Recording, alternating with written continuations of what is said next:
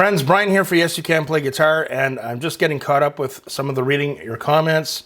I want to do reading the comments for the last Jinjer reaction I did. For Jinjer, who is going to be the one live? Again, if I get a video, if I do a reaction video, it gets over 1,000 views, I'm going to do a reading your comments. Why do I take the time to do this, and why are the videos a little longer when I do the reading your comments videos? Because usually I have a lot of comments to get through. And I want to give each and every one of you a shout out and say thank you. You took the time out of your day to watch my video and to comment. And that means a lot to me because, as YouTube channels tend to grow, the people behind the channel also tend to forget that it's the viewers that make the channel go round. I never want to be a YouTube channel like that. So it's very important to me that I get to say hi by name and just say, hey, I appreciate it. And then we talk about your comment. So let's check it out here. Jinjer, who's going to be the one live? Chad Wright, 2 days ago. Home back teacher, just a couple options. Okay, thank you, Chad. Tackle 74, he's got a Jinjer logo, so on his YouTube handle, so he's a Jinjer fan. Newer fans focus on Tati, she is a monster lead. Fans that really dig into the band, though, understand this is a total band. At every level, this unit is tight. They are fused and hardened by years of grinding on the road, and holy hell, they are unbelievable live. I'd like to see them live sometime. Cloud Factory Live or MV is a fun and older Jinjer song. Appreciate that, Tackle 74. Hey, you're going to be 50 next year. How do you feel about that? I'm a 73. I got to deal with it in a couple of months. But yeah, she's an amazing front person, one of the best, and the total package, so to speak. Sorry, I don't mean to take that from Lex Luger or wrestling or anything, but Omer Vandenpelt, listen to Judgment and Punishment for more reggae. Cool. So this video, I think, I remember this one when they went to the reggae at the end. It was really cool. I like that. It's total curveball. Love it. The Pizza Blogger, love some Jinjer. That's dope. Teacher, live in Melbourne. He names a bunch of songs and performances. And I appreciate the Pizza Blogger. What is the best pizza, by the way?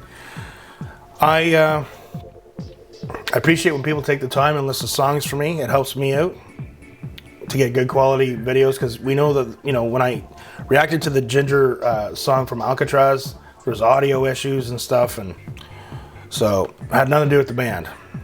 There's more live stuff that rocks. Roman also has several guitar playthroughs you should look at whenever you get time. Keep rocking. The Pizza Blogger, thank you so much. Eric Peterson. Eric Peterson is a friend, and I tease him, and I don't know if he knows it, because there's a famous guitar player in one of my favorite bands called Testament, and his name is Eric Peterson. And I've been a fan for a long time, so I always say, hey, aren't you on tour in South America? But anyway, that's where the joke's coming from, Eric, okay? I know it's not that Eric Peterson, but this Eric Peterson is very important as well, and I appreciate that he takes time to watch the videos and comment.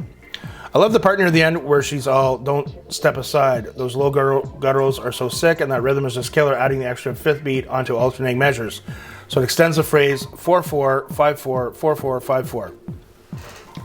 So, quick chat about that. There are a lot of time signature changes in Jinjer songs. I don't even bother trying to explain them, but I appreciate Eric doing that. So, for a lot of people that don't know, a lot of the timing, when you hear a lot of commercial songs, it's in 4-4 time. 1, 2, 3, 4, 1, 2, 3, 4. Easy for the mind to break down, easy for people to move to. 5-4 is an odd grouping. It's a little different. 1, 2, 3, 4, 5. 1, 2, 3, 4, 5. So the count would be 1, 2, 3, 4. 1, 2, 3, 4, 5. 1, 2, 3, 4. 1, 2. There's an amazing video out there of Mike Portnoy, who used to be the drummer in Dream Theater, one of the best. And he's counting out all the different time signature changes and the famous Dream Theater song, Dance of Eternity. It's pretty cool. That is an education in time signatures. Okay. So for a lot of people, when they hear odd time signatures, they're like, I don't know what this is. I don't want to deal with this. It doesn't feel natural. But for those of us that are into jazz, into progressive music, we love it. So you'll see a lot of Tool fans. Go to a Tool show and try to dance to the music. It'll be kind of like, a lot of odd time signatures with that band. Okay. And Jinjer all the time. He goes through so many, I don't even point them out, but there's all kinds with Jinjer. The drummer is absolutely amazing. Harold Dominguez. Okay, Harold has commented on other videos. I appreciate you, Harold. I appreciate it. Go back further in time for Outlander. Oh, yes. But I prefer it with the original audio. Okay, cool. Thank you, Harold. I think we have something along those lines coming up for you. Filter-free photography. That's an interesting name. Sit, Stay, Roll Over is a very early Jinjer song. Vlad the drummer is not with the band yet. The OMV is what got Napalm to sign them to the label. Okay, Napalm Records, okay. Their awesome early song is Outlander. Yes. The video is not actually live, but the studio version over it because the original audio was so bad. This also shows them when they're a 5-piece band.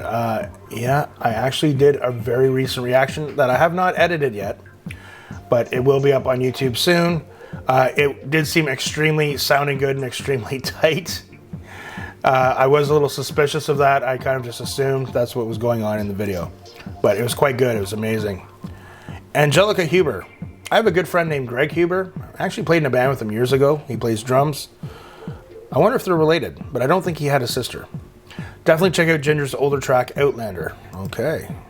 Maybe I will. Maybe I have.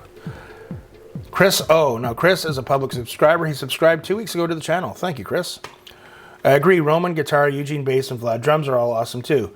Eugene taps on the bass a lot, more than any other bassist I have seen. I'm sure there are others that I haven't seen. This is an older song from their first album, Cloud Factory, in 2014. Recorded with Eugene Mantulin on drums, he replaced by Dimitri Kim. Vlad joined in 2016. Tati is a fan of reggae. She finally got the guys to write more on 2019's Judgment and Punishment. That song has a vocal one-take video. Who doesn't love reggae? You know, I'm definitely a metal guy, hard rock guy, but I like a bit of reggae too, man. Okay. My good friend from Rochester. Someday we're going to go to the Rochester House of Guitars. Check out the guitars there. Megadog555. Public subscriber, supporter of the channel, and friend. I like live too. Awesome, me too.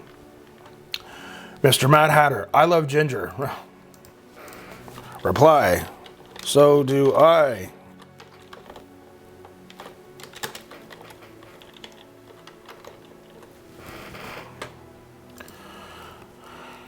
GPA, meaning I think Grandpa Rock and Talk. That's an awesome YouTube handle.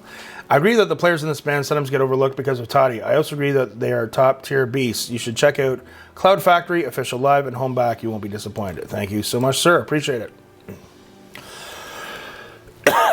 Brutal Show. Horns up. Thank you, my friend. Mr. FEF Man. Vlad the drummer is actually a classically trained pianist and learned the drums so he could join Jinjer. Wow. Well, I read that somewhere, I think. He sure is amazing. Module 79L. Whoever wrote what you read is wrong. Vlad was already an accomplished drummer in 2010 when he played for... Is it Ziam or Zlam? That would be my thoughts too, man. To have those rudiments and those skills he has, he's been playing for some time.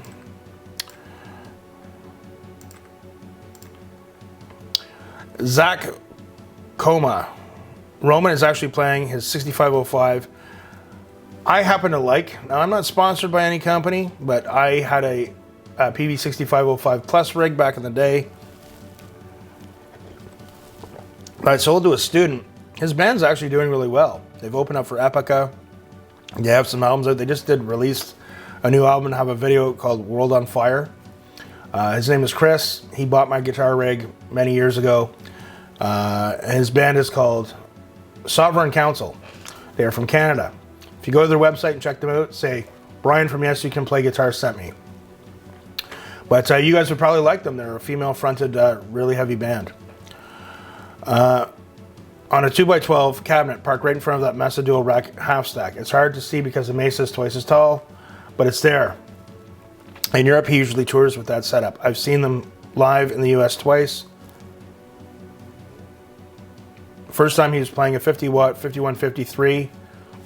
Okay, those are really popular too, with EL34s, and the other time it was some kind of, so the EL34s, he's referring to the power tubes in it. The other time was some kind of fender head that I couldn't get a good look at. Both times he was with his Coffee Cabs custom 2x12. Every live and studio setup he uses a Line 6 Helix with some sort of 6 cable method with Ayers going to the front of the house. For a tour in Australia in their Paris Hellfest show, he did a backline Mesa dual rack half stack. So when you're in a battle band and you're playing live, technology changes. Now, I've often said to guys, I'm not a big gear guy. I know what works for me, and I know how to quickly use what I need to use to dial it in and get the tones I need, but I still have a hard time wrapping my head around all these guitar channels, like these YouTube channels where all they do is talk about gear. I'm like, dude, spend less time talking about gear and practice. But so back in the day, of course, I've tried Mesa products. They're great, but I remember like the dual, the triple rectifiers. You know, you can try them out and they're great, but it's like, okay, this unit's $3,500 Canadian.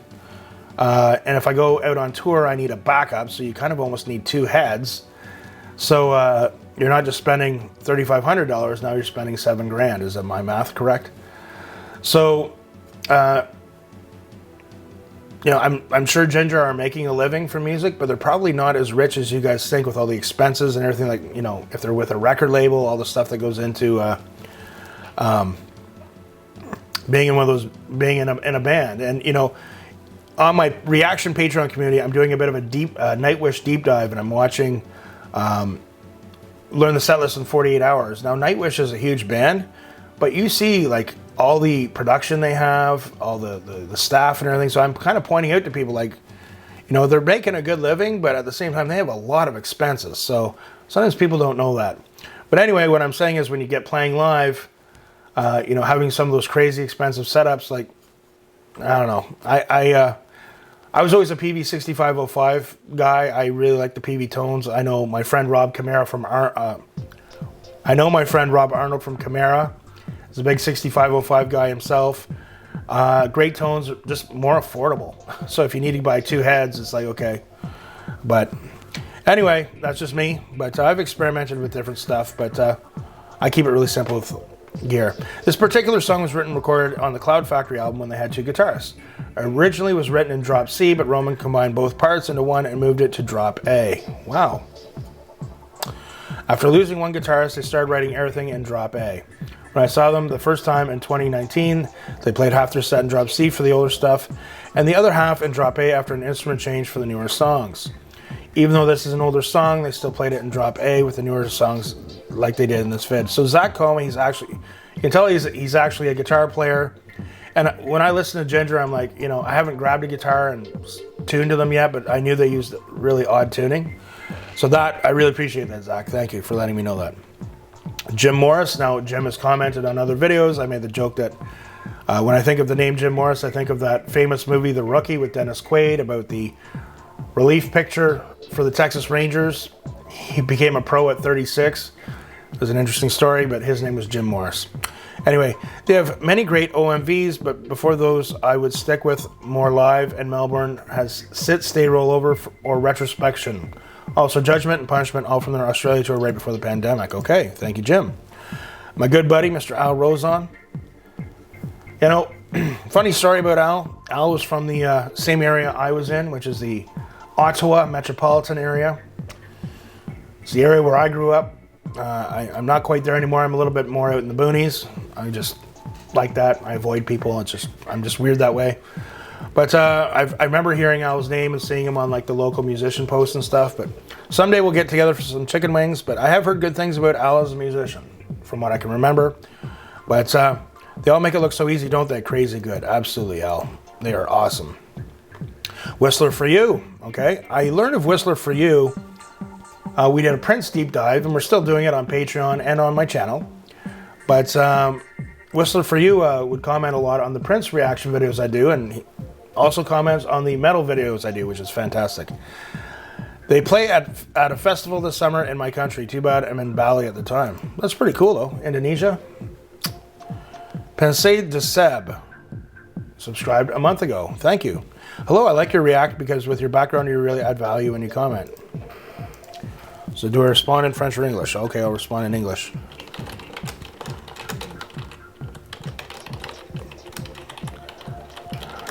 Thank you so much. I really appreciate it.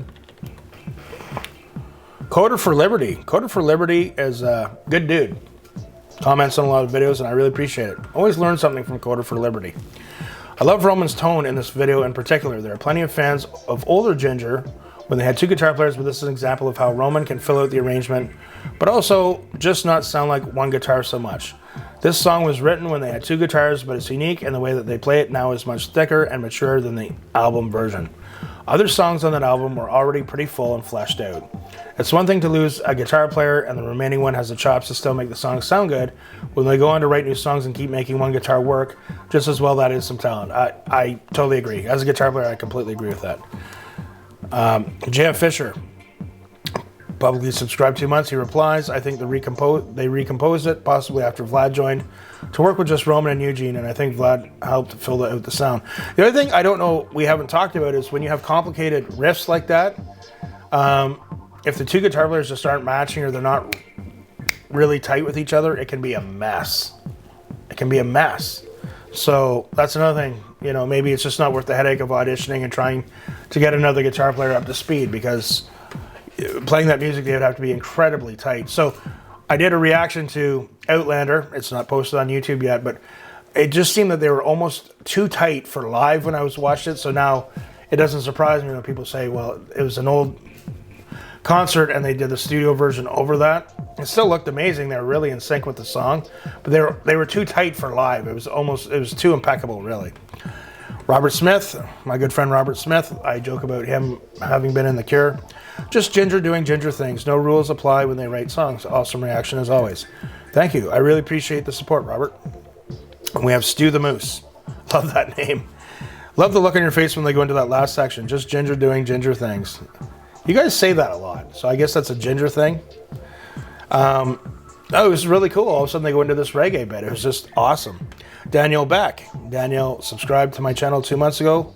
Thank you, Dan. I appreciate it. You've still barely scraped the surface of all the great songs this band has. I totally agree. I recommend Teacher, OMV. Video is better than live on this one, but if you really want live, go with a live in Melbourne. Judge and Punishment, vocal one take. I Speak Astronomy. He named some other songs. From older stuff when they had a second guitarist, check out Outlander, Failure color video, or Cloud Factory OMV. But any song you choose from this band, you can't go wrong. They truly don't have a bad song in their catalog. Awesome. Funky Phaser. Funky's the funkster. Doesn't matter what phase he's in or what phase the moon is in. Funky Phaser is a friend and has been a long time supporter of this channel. What she does vocally is just otherworldly, incredible. All right, that is our comments for Jinjer, who is going to be the one that I posted about 6 days ago? So remember, guys, keep the comments and suggestions coming. I really appreciate the support for the channel. If you want to take it a step further, join one of my Patreon communities. I like to get some Jinjer fans into my Patreon reaction community. We have a lot of Nightwish fans joining, which is fantastic, so we can do even deeper dives. And also, being open and honest, as my channel is growing, you know, I've already done some interviews with some big names in metal, guitar, and the music industry. But I'd like to interview some members of Jinjer, and I'd like to do it with some Patreons joining me. That's another way I'd like to give back to all of you for all the support. Something to consider when you're thinking about joining my Patreon or not. And we can talk about more about interviewing the band in my Patreon. Remember, guys, practice hard, practice smart, no excuses, and we will see you soon.